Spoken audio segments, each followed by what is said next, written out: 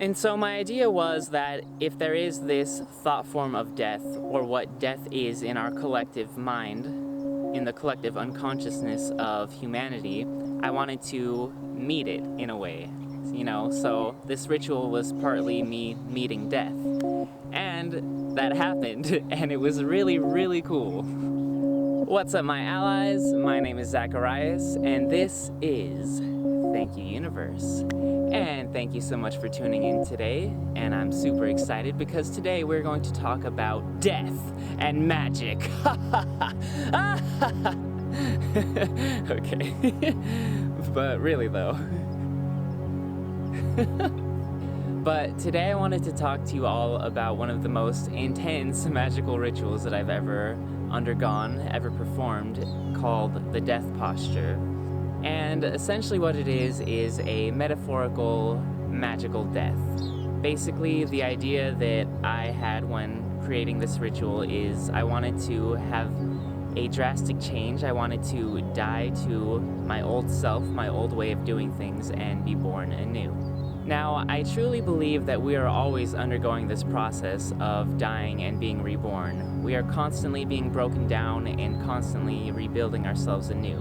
Just like our body does, just like everything in this universe. We are always in a constant state of change. And so this ritual that I performed was actually just a way for me to amplify the intensity of this change so that I can have a lot of progress really quickly, and it seems to have worked out. So you might be wondering, because you clicked on this video, what is the death posture? But before we get into that, I want to explain a little bit about magic and magical ritual. So in lots of different esoteric teachings or ancient mystery wisdom from the mystery schools, things like that, there's this idea of a state of mind where you are connected to source, connected to oneness, connected to God, whatever it is you want to call it. This is referred to as the Gnostic state, or single-pointed focus, or a theosophic state, depending on which branch of spirituality or magic you follow. But essentially, it works like this. We are all connected. We are all part of the universe, the one, the all, that is all-powerful, because everything that you witness and experience is a part of this oneness, this one source. And so we are all separated into our little egos, our little identities, and you can think of us like a bubble inside of a giant, vast ocean.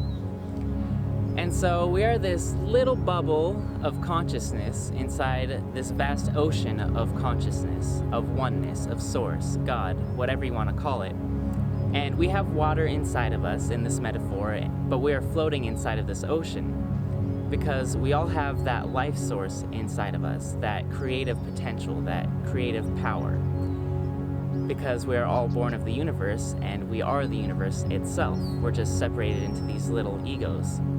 And so the idea behind getting into this Gnostic state, this ritual magic state, this state of mind that I got into in my ritual, is that when you lose yourself in a single-pointed focus or awareness, you become more able to affect change. You become more magical. It's a magical state of mind because you're no longer identifying with the ego.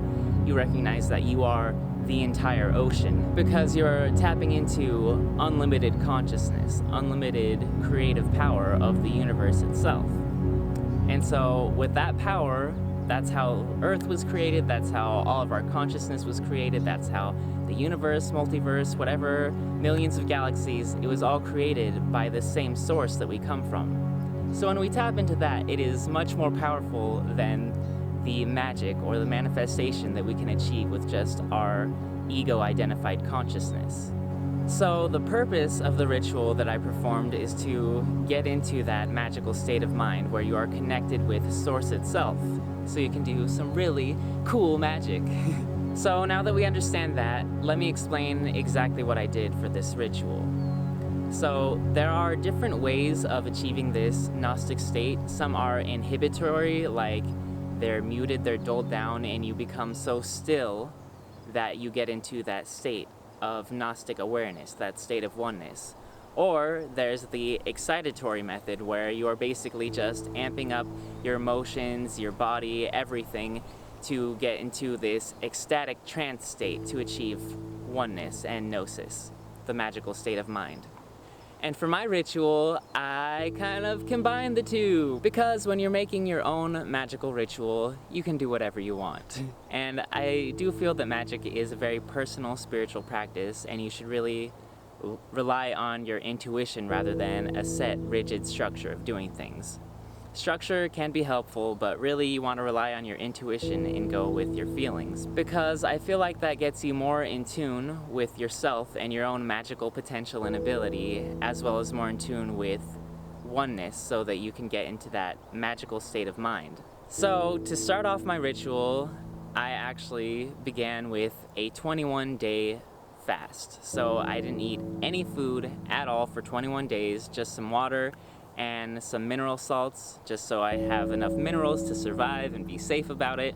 And I actually just came out with a video on my experiences during that fast and why I did the fast, other than this cool magical ritual I'm doing, so I'll link the video right now if you want to check that one out. But that was the inhibitory phase of the death posture. So thinking about it, when you stop eating, you're in a more inhibited state, you have less energy, you are closer to death in a way. And so this worked out perfectly for this magical ritual of death that I had planned out.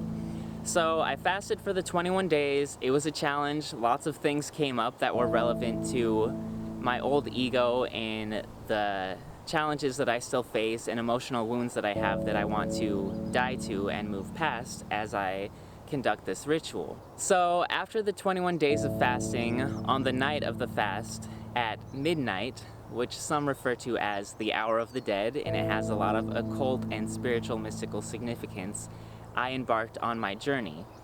And I went on a hike to this hill that I know about. Me and my friends would go there growing up, and there's this concrete structure, we call it the bunker, and that was essentially to be my tomb for this ritual, because I'm dying. And some interesting things happened during this hike that I went on that was the culmination of my ritual. So as soon as I left the gate to my house, a black dog ran right in front of me, which is very symbolic. A lot of people see dogs as those that are guardians to the path of death or the other world. And it was a black dog, which is also symbolic of the void returning to darkness as you die. So I thought that was like really cool to see right at the start of this adventure I was going on. And then as I'm traveling up the hill, feeling very tired because I hadn't eaten in 21 days, and walking in darkness, there were some owls flying above me overhead on the trail I was on as I went up to this bunker, this tomb that I was going to metaphorically die in. And owls are a Shakespearean symbol of death, and they can also be seen as spiritual guides to death, to the other world, to the void. And so these animals showed up for my ritual without me having planned it, and I thought that was really cool, and I'm just like, yes, this is the magic that I'm going for right now. So I finally made it in my ascent to the top of the hill in the bunker, and I go inside the bunker. It's very dark inside there. I had a blanket so I could lie myself down, and I was wearing all black dress clothing like you might see someone wearing at an open casket funeral to symbolize the death that I'm undergoing. And I put a black shroud over my face, also a symbol of a funeral or death.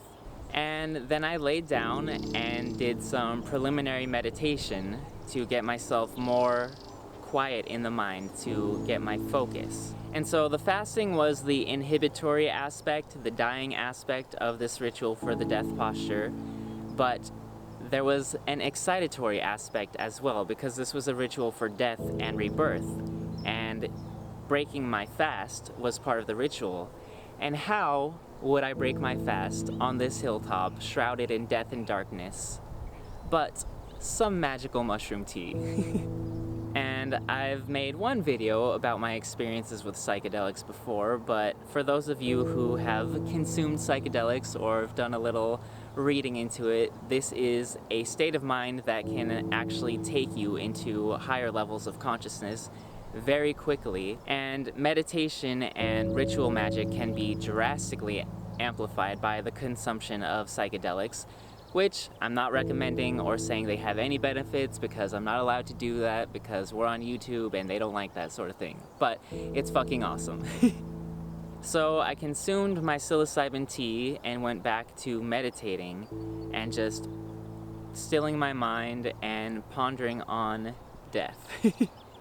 See, in our society, everyone is very afraid of death. It's put into the back of our mind, into the shadow of the collective consciousness. But death is just a part of life, and it's not something we need to be afraid of. It's something that we can embrace, and that in our alive state we can meditate on and think and gain from. And so, going into this ritual, I had two objectives in mind.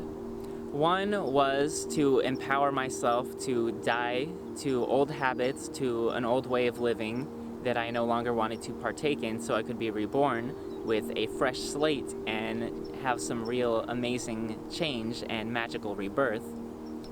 And the second goal that I had was to experience death, or to come into contact with death. I believe in archetypes, in thought forms that are in our collective unconscious, and so death itself, maybe it's the Grim Reaper or a hooded creature, or maybe it's Kali, the goddess of death, or something like that. And my intention was to connect to this thought form, this idea, this death itself, which is something that is certainly possible to do. And so my idea was that if there is this thought form of death, or what death is in our collective mind, in the collective unconsciousness of humanity, I wanted to meet it in a way, you know? So this ritual was partly me meeting death. And that happened, and it was really, really cool. So the thing is, a lot of people who are alive are afraid of dying, and they push it in the back of their mind, and they think dying, oh, that's something that old people do. I'm not gonna die, that's not something I have to worry about, or live my life with the idea that I could die at any moment. But we can. Life is not guaranteed, and in each and every moment, there is the possibility that the very life essence that imbued us with this conscious experience could also leave our bodies and leave this ego behind. And that's not something that we need to be afraid of, that's just something that we need to understand and integrate into our perspective, so that we have a more holistic, unified view of existence itself that isn't just focused on life. Life is the only good thing. Death is a part of life, and it is an important part of life.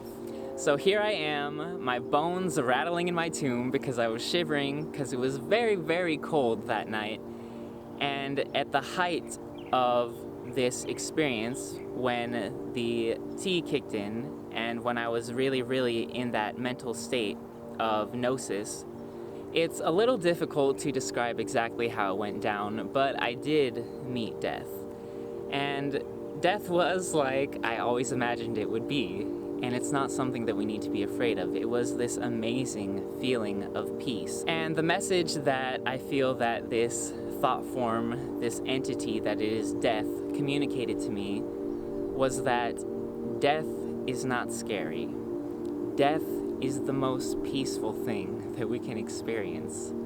Because this life has its ups and downs, its good moments and its bad moments, but death itself is the return to the void, the return to deep darkness, and the return to oneness, the all that we all came from. And so I experienced this feeling of nothingness, of darkness, of peace, and in the last little part of my ego that was conscious, it experienced this peace, because death itself is the cessation of our conscious living experience. But the part of me that I could bring back in my mind in this conscious experience is just the feeling of extreme peace, and like being wrapped in the embrace of death, the embrace of darkness. And to me, that's exactly what I wanted, and it was so peaceful and fulfilling to experience this peace that comes from death.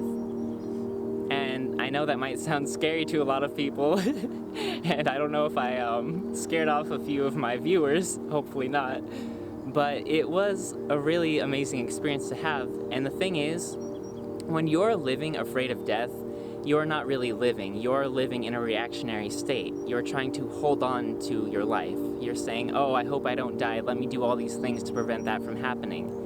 But if you accept death as a part of life and accept that you could die at any moment, then you begin to live in the moment and in the now, knowing that you can do anything without living in fear, because no matter what happens, you accept it and you're just going to do what you want to do rather than living in fear and trying to prevent death from happening. You just embrace the experience that you have right now and you say, all right, I'm here for the ride and death isn't going to stop me. And then you can live in freedom, feeling free to do whatever it is that you want, because you're not afraid that any certain action will lead to your death. You're not afraid of what's going to happen. You're embracing this life, this moment for what it is, understanding that death is a part of life. Who knows what's going to happen after this, but in this moment, I'm living my life to the fullest.